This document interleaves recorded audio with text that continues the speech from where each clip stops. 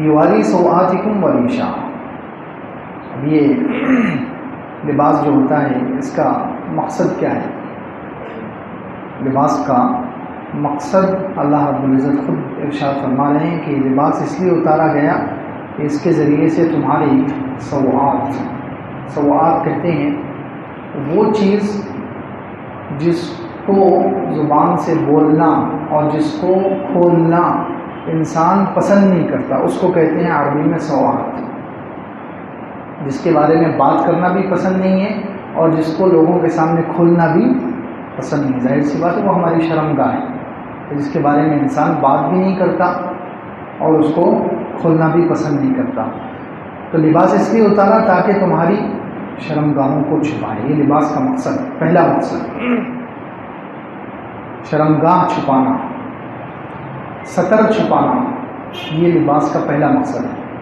ایسا لباس استعمال کرنا چاہیے جس سے ستر چھپ جائے. اب ستر کیا ہے؟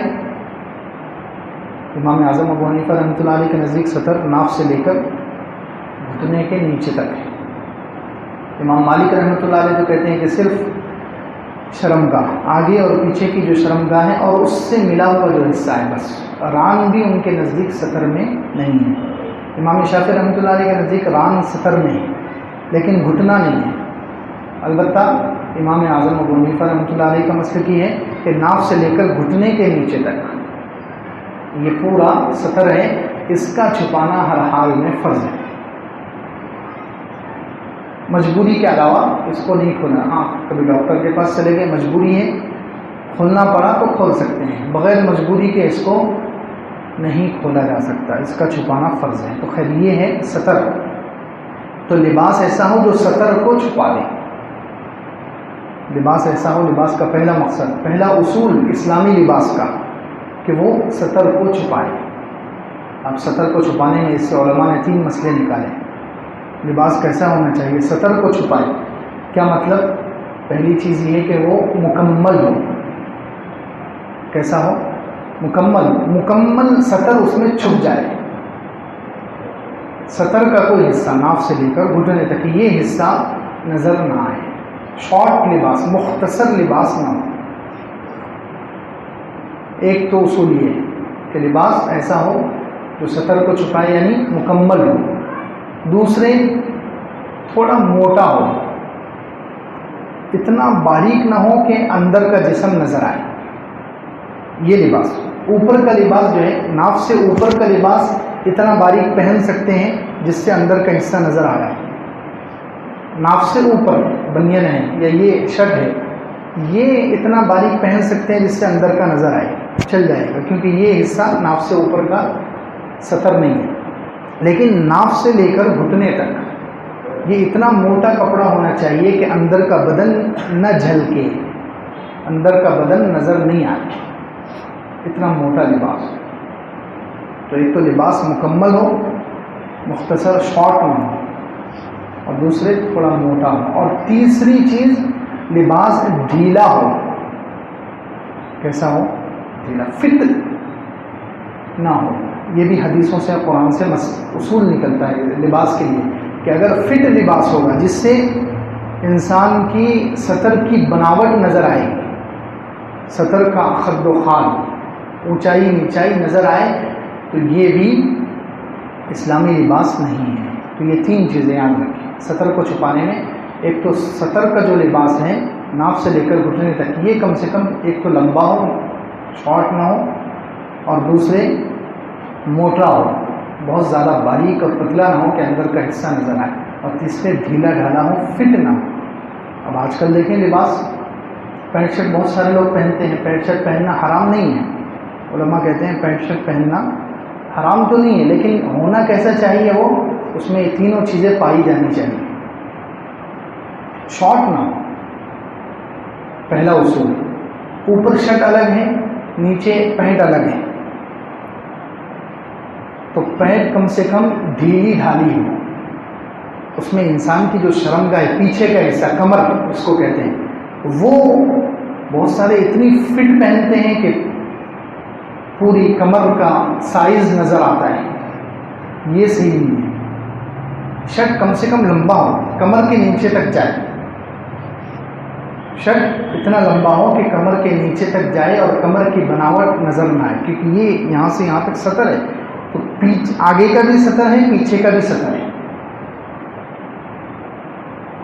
تو اس میں شرٹ لمبا ہونا چاہیے،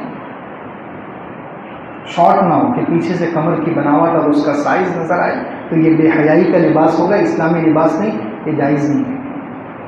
دوسرے موٹا ہو، بہت پتلا نہ ہو، اور تیسرے فٹ نہ ہو۔ فٹ بھی بہت لوگ پہنتے ہیں، جس سے استنجا میں بھی پریشانی ہوتی ہے، استنجا میں کچھ خطرے اٹک جاتے ہیں اور بعد میں وضو کرتے وقت وہ کچھ خطرے خطا ہوتے ہیں، نکلتے ہیں، اور جس سے وضو بھی ٹوٹ جاتا ہے، نماز بھی نہیں ہوتی۔ اور نماز میں بہت سارے لوگوں کا یہ بھی ہوتا ہے کہ اتنا مختصر اور اتنا چھوٹا شرٹ پہنا ہے کہ سجدے میں چلے گئے، رکوع میں چلے گئے تو پیچھے سے کپڑا ہٹ گیا، اور جو سطر کا حصہ ہے ناف کے نیچے کا وہ کمر نظر آ رہی ہے پیچھے سے، اب نماز ٹوٹ گئی۔ کمر اگر، کیونکہ سطر کا چھپانا نماز میں کیا ہے؟ فرض ہے، سطر کا چھپانا نماز میں فرض ہے، تو پیچھے سے اگر شرٹ اٹھ گیا اور کمر کا حصہ نظر آ گیا جو سطر میں داخل ہے، تو اس سے نماز نہیں ہوگی، نماز چھوٹ جائے گی، اس کا خیال رکھنا ضروری ہے۔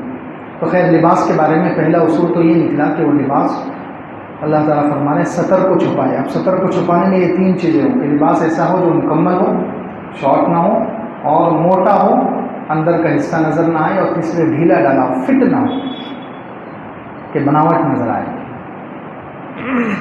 دوسرا اصول لباس کے بارے میں یہ ہے کہ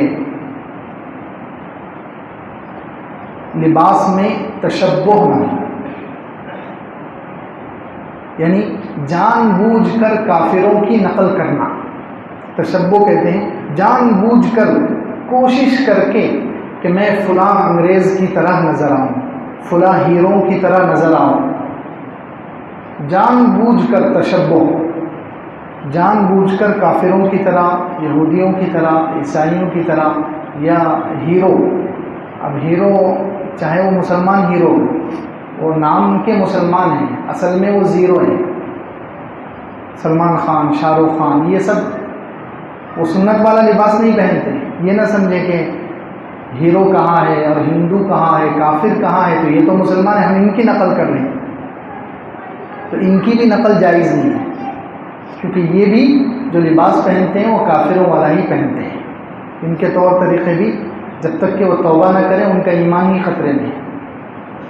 ایسے ایسے اعمال، ایسے ایسے عقیدے ہیں ان کے، ایسے ایسے افعال کرتے ہیں وہ پکچروں میں جو سراسر کفریہ ہے، ان کے عقیدے، ان کے اعمال۔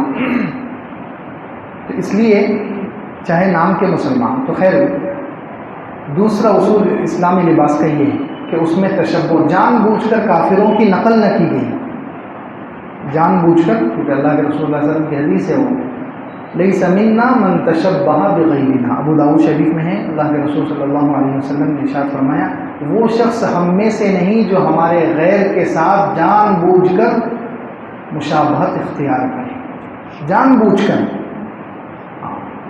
جان بوجھ کر، سوچ کر، جیسے نوجوان بہت سارے سوچ کر کرتے ہیں کہ فلاں کرکٹ پلیئر ہے، اس نے ایسے بال رکھے ہیں، میں اس کی طرح بال رکھوں گا، حالانکہ وہ غیر مسلم ہے، فلاں ہیرو نے فلاں پکچر میں ایسے کپڑے پہنے ہیں اس لیے میں بھی ایسے کپڑے پہنوں گا، یہ جان بوجھ کر کہ میں اس کی طرح نظر آؤں، اس کو کہتے ہیں تشبہ، اور یہ حرام ہے۔ تو لباس میں دوسرا اصول یہ ہے کہ اس میں تشبہ نہیں ہونا چاہیے۔ اور تیسری چیز، لباس پہن کر انسان کے اندر تکبر نہ آئے۔ اللہ کے رسول صلی اللہ علیہ وسلم نے ارشاد فرمایا، حدیث میں ہے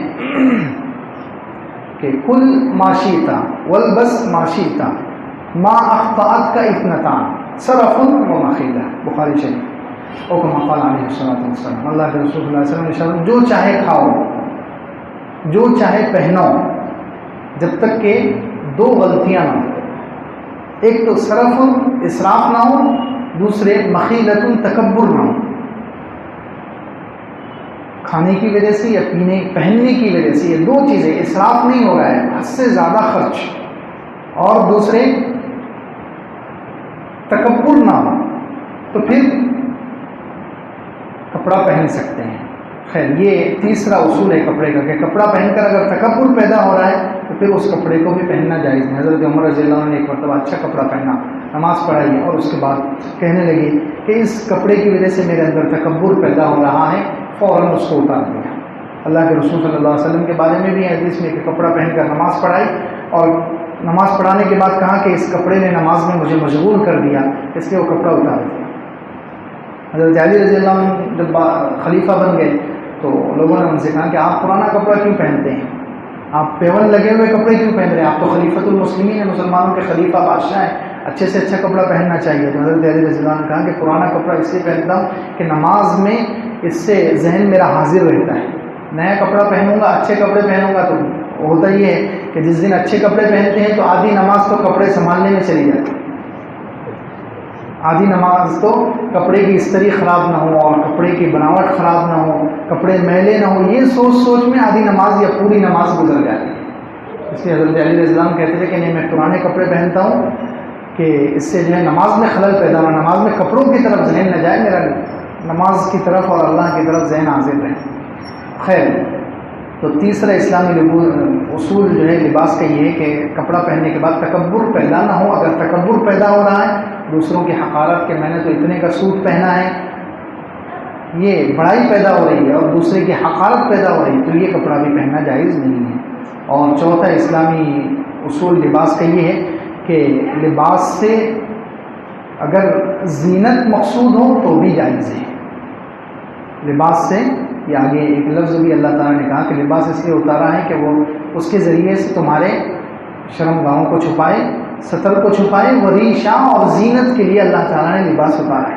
تو زینت کے لیے اپنے آپ کو خوبصورت، اپنی نظر میں ہم خوبصورت نظر آئیں، یہ جائز ہے. اپنی نظر میں ہم اپنے آپ کو اچھے لگیں، یہ اتنا جائز ہے. مولانا صبر علی تھانوی رحمۃ اللہ علیہ فرماتے تھے کہ کپڑوں میں اگر کوئی شخص، اسلام اتنا روکھا اور اتنا پھیکا نہیں ہے کہ بس آپ ٹاٹ کے کپڑے پہن کر زندگی گزار دو، آپ صرف پیون لگے ہوئے کپڑے اور میلے کچیلے کپڑوں میں زندگی گزار دو. اسلام یہ نہیں کہتا. اچھے کپڑے پہن سکتے ہیں لیکن اچھے کپڑے پہننے کے بعد اگر اپنے آپ کو آرام پہنچانا، آسائش مقصود ہو تو جائز ہے. جیسے بہت سارے لوگ گرمی میں پہنتے ہیں کہ گرمی میں خاص طور سے یہ خیال کر کے پتلا کپڑا، سوتی کپڑا پہنتے ہیں جس سے گرمی نہ لگے، اپنے آرام گھٹن محسوس نہ ہو. تو یہ اپنے آپ کو آرام پہنچانے کی نیت سے کوئی کپڑا پہنا جا رہا ہے، تھوڑا مہنگا بھی خرید لیا تو جائز ہے. ایک تو آرام پہنچانے کی نیت سے کپڑا پہن، اچھا کپڑا جائز ہے. دوسرے آرائش اور زیبائش بھی جائز ہے، یعنی کپڑا پہننے کے بعد میں اپنے آپ کو اچھا لگوں، مجھے یہ کپڑا پسند آ رہا ہے، میرے دل کو اچھا لگ رہا ہے، میرا دل خوش ہو رہا ہے، یہ کلر اچھا ہے یا پھر یہ کپڑا اچھا ہے، اس کی چاہے قیمت زیادہ ہے، اب حیثیت ہے تو پہننا چاہیے. بہت سارے لوگ مالدار ہونے کے باوجود، اچھی حیثیت ہونے کے باوجود پرانے میلے کچیلے کپڑے پہن کر پھرتے ہیں، یہ اللہ کی نعمت کی ناشکری ہے. اللہ کے رسول صلی اللہ علیہ وسلم نے ایک صحابی کو دیکھا میلے کچیلے کپڑوں میں، پھٹے پرانے میلے کچیلے کپڑے ہیں. اللہ کے رسول صلی اللہ علیہ وسلم اللہ کا معلوم کہ تیرے پاس مال ہے؟ انہوں نے کہا ہاں میرے پاس تو ہر قسم کا مال ہے، اونٹ بھی ہے، بکریاں بھی ہیں. اس زمانے میں یہ سب مال تھا نا، اونٹ بھی ہے، بکریاں بھی ہے، گھوڑے بھی ہے، غلام بھی ہے، سب ہے میرے پاس، مالدار ہو. اللہ کے رسول صلی اللہ علیہ وسلم نے ارشاد فرمایا فَلْيُؤْثِرْ نِعْمَةِ اللَّهِ عَلَيْكَ وَكَرَامَتِهِ، چاہیے کہ پھر اللہ کی نعمت کا اثر تیرے جسم پر نظر آئے. جب مالدار ہے، مال ہے تو پھر اچھے کپڑے پہنو، کیا ضرورت ہے ناشکری کرنے کی؟ ایسے نظر آ رہے ہو جیسے کوئی فقیر ہے؟ نہیں، اچھے کپڑے پہن سکتے ہیں لیکن اپنے آپ کو اچھا نظر آنے کے لیے. یہ دوسری چیز بھی جائز ہے. اپنے آپ کو آرام پہنچانے کے لیے کوئی اچھا کپڑا پہنے تو بھی جائز ہے، اور اپنی نظر میں اچھا لگے اس نیت سے کپڑا پہنے تو بھی جائز ہے. لیکن تیسری جو چیز ہے جو ہم کرتے ہیں عام طور پر، نمائش، کہ دوسروں کو میں اچھا نظر آؤں، یہ جائز نہیں، یہ حرام ہے. دوسروں کی نظر میں دوسرے میری تعریف کریں، دوسروں کی نظر میں اچھا نظر آؤں، اس لیے فلاں فیشن کا کپڑا پہن لیا، ارطغرل الغازی کا چل رہا ہے عام طور پر، بس دوسروں کی نظر میں اچھا نظر آؤں، یہ جائز نہیں. اپنی نظر میں کوئی اپنی پسند ہے کہ مجھے یہ کپڑا اچھا لگ رہا ہے، میرے بدن پر سوٹ ہوگا تو ٹھیک ہے، اسلام اس کی اجازت دیتا ہے. قرآن کہہ رہا ہے ریشا زینت کے لیے اگر لباس پہنے، لیکن اپنی نظر میں زینت کے لیے، اپنے آپ کو اچھا لگنے کے لیے. دوسروں کے لیے سجانا، دوسروں کی نمائش دکھلاوے کے لیے پہننا یہ جائز نہیں ہے. تو خیر یہ لباس کے اصول ہیں. فرمایا یا بنی آدم قد انزلنا علیکم لباسا یواری سوآتکم وریشا، اے بنی آدم ہم نے تم پر لباس اتارا، یواری سوآتکم تاکہ اس کے ذریعے تمہاری سطر کو چھپائے، شرمگاہ کو چھپائے. اس میں وہ تین چیزیں ہونا چاہیے پھر وہ سطر میں، کہ لباس مکمل ہو، ڈھیلا ڈھالا ہو اور تھوڑا موٹا ہو. بہت زیادہ بھی موٹا نہیں لیکن تھوڑا موٹا ہو کہ اندر کا جسم نظر نہ آئے.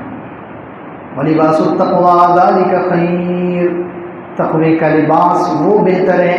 یعنی جیسے جسم پر تم لباس پہنتے ہو، جسم کا ننگا ہونا تمہیں اچھا نہیں لگتا، ایسے ہی دل کا لباس تقویٰ ہے.